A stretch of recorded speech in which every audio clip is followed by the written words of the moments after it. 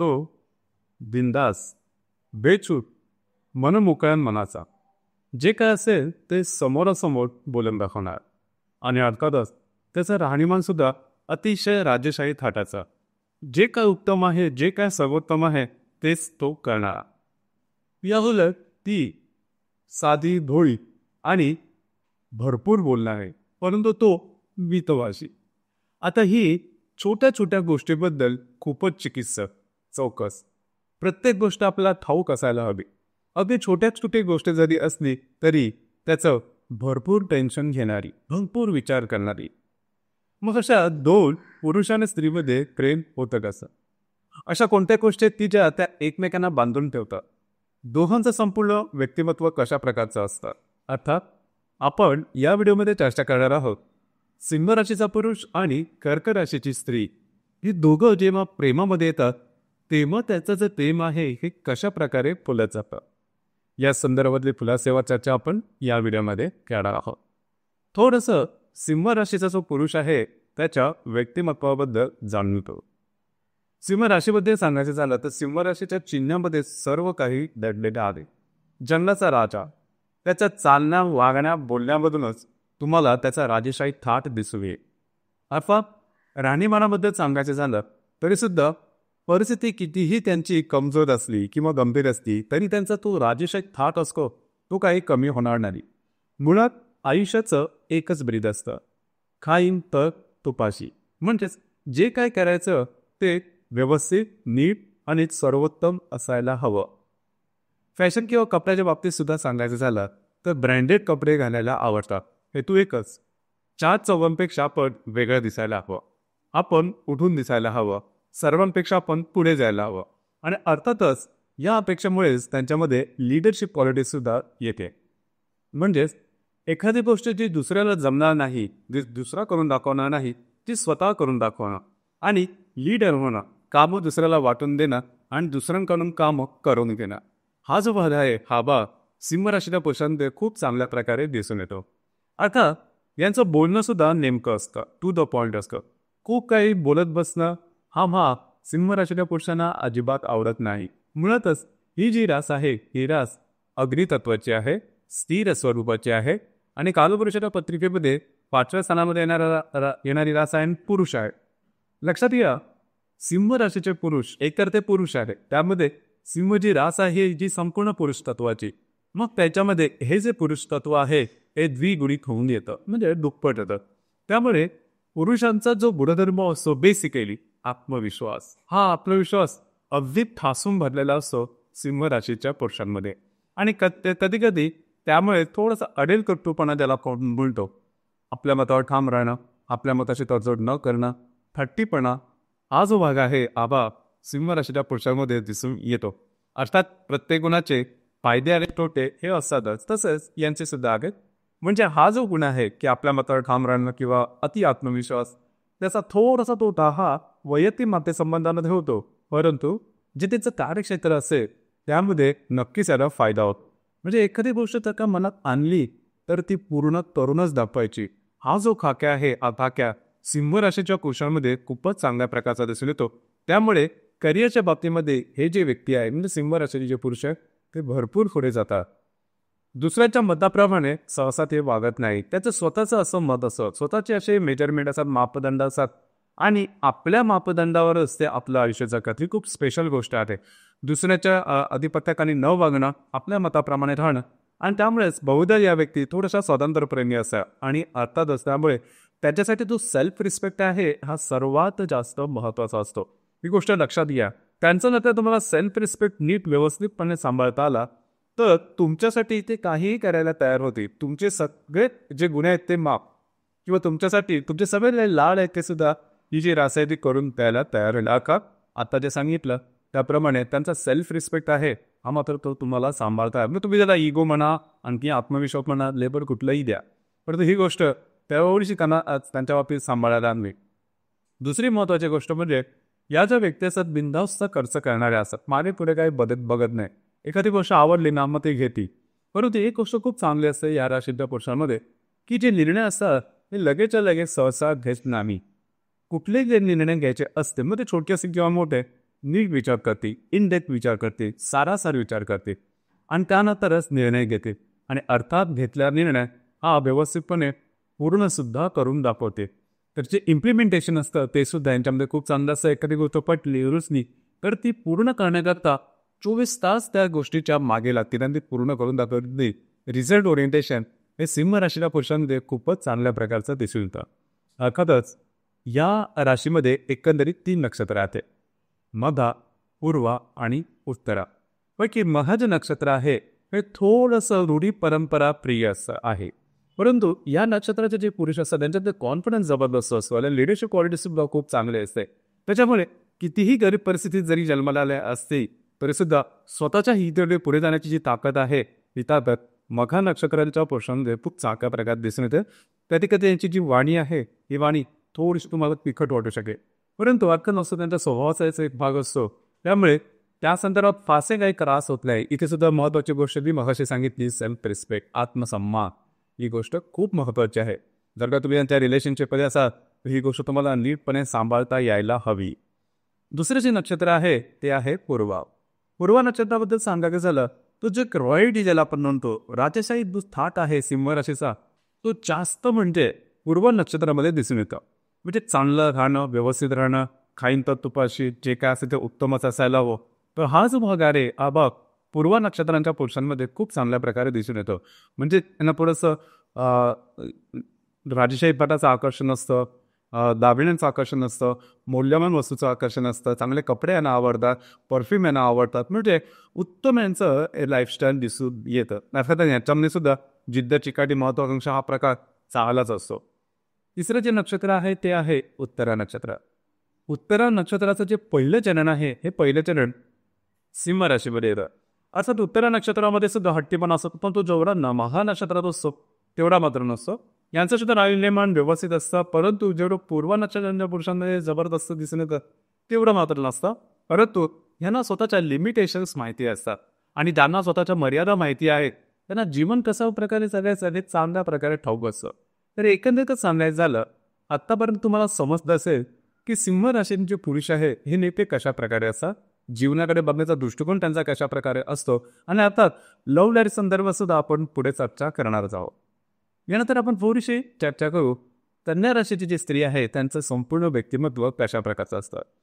लक्षात घ्या, कन्या जी रास आहे ती 6व्या स्थानामध्ये येणारी रास आहे, स्त्री रास आहे. या राशीचा जो स्वामी आहे तो बुध आहे. या राशीचं जे तत्व आहे ते भूमी तत्व आहे किंवा पृथ्वी तत्व आहे आणि ही जी रास आहे ही द्विस्वभावाची रास आहे. लक्षात घ्या, ही जी कन्या रास आहे, कन्या रास जवळजवळ संपूर्ण स्त्री तत्वाची रास आहे आणि एखाद्या स्त्रीमध्ये समजा स्त्री तत्व आलं तर त्या अर्थातच स्त्री तत्व दुप्पट होतं. म्हणजे याचा अर्थ काय की त्या ज्या राशीत असतात स्त्री सुलभ ज्या प्रवृत्ती असतात त्या प्रवृत्ती या कन्या राशीच्या स्त्रीमध्ये जास्त दिसून येईल. मग पहिली गोष्ट म्हणजे त्यांचं शेअरिंग करणं किंवा बोलणं, भरपूर बोलणं, दिलखुलास बोलणं. अर्थात ते दिलखुलास नसतं मात्र, पण भरपूर बोलणं आणि थोडंसं चिकित्सक चौकसपणा असणं, हा भाग जो आहे हा भाग कन्या राशीच्या स्त्रीमध्ये खूप चांगल्या प्रकारे दिसून येतो.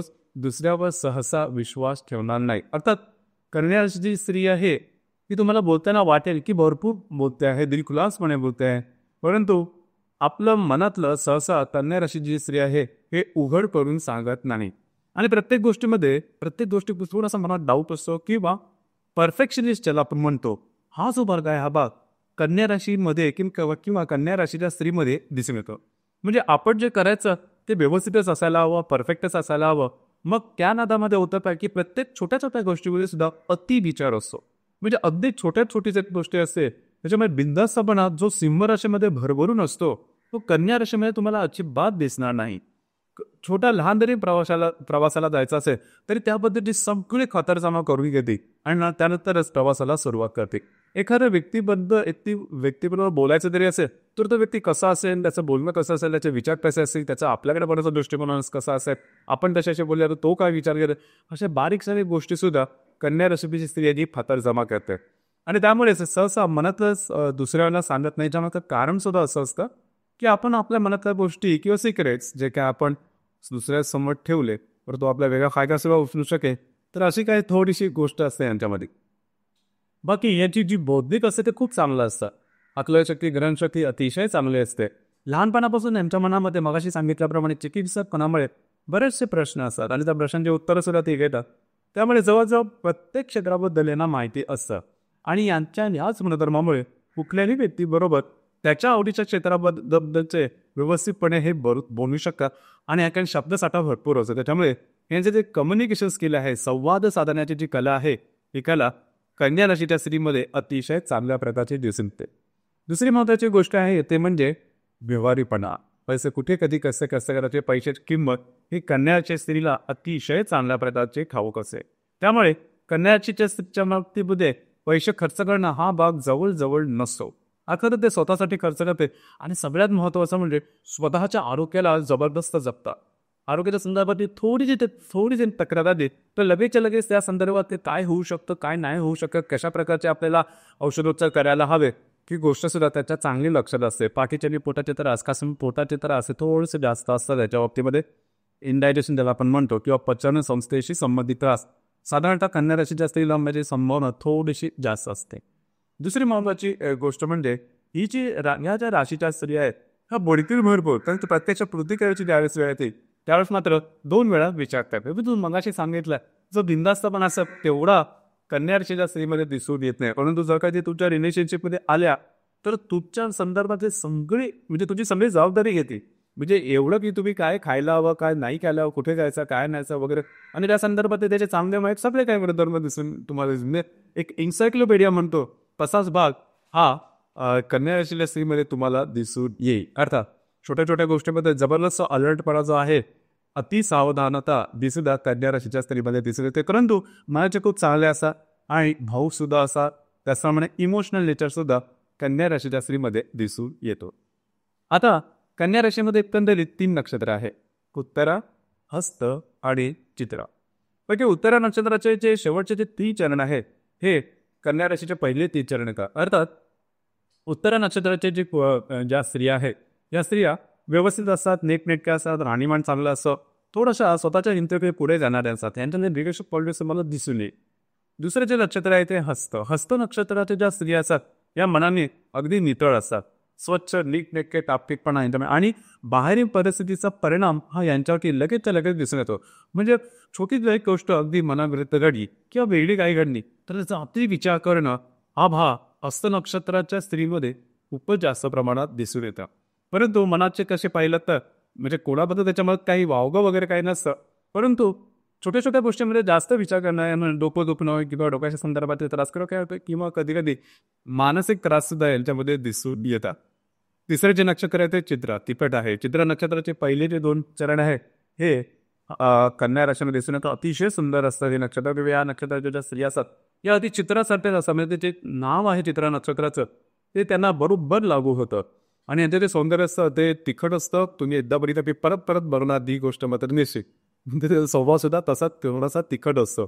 जे काय बोलतील ते पटकन बोलतील, नेमकं बोलतील आणि यांची सुद्धा आपल्या शक्ती निग्रहांची ती अतिशय चापल्या प्रकारची दिसून येते. तर एकंदरीत तुम्हाला आता समजतं असेल की कन्या राशीची जी स्त्री आहे ही संपूर्णपणे कशी असते.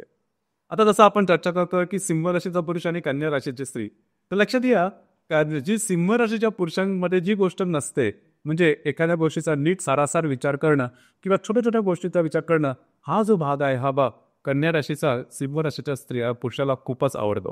कारण जो सिंह राशीचा पुरुष असतो तो थोडासा बिनधास्त असतो, त्याला काय बेफिक्री असतो, जे येईल त्याचा सामना करू. त्यांनी इथं निर्णय घेतला की तो निर्णय ते पूर्ण करून दाखवतात. आणि इथे थोडंसं कन्या राशीच्या स्त्रीमध्ये निर्णयच घेता येत नाही, निर्णयापर्यंत पोहोचतच नाही, कारण प्रत्येक गोष्टी परफेक्टच झाली पाहिजे.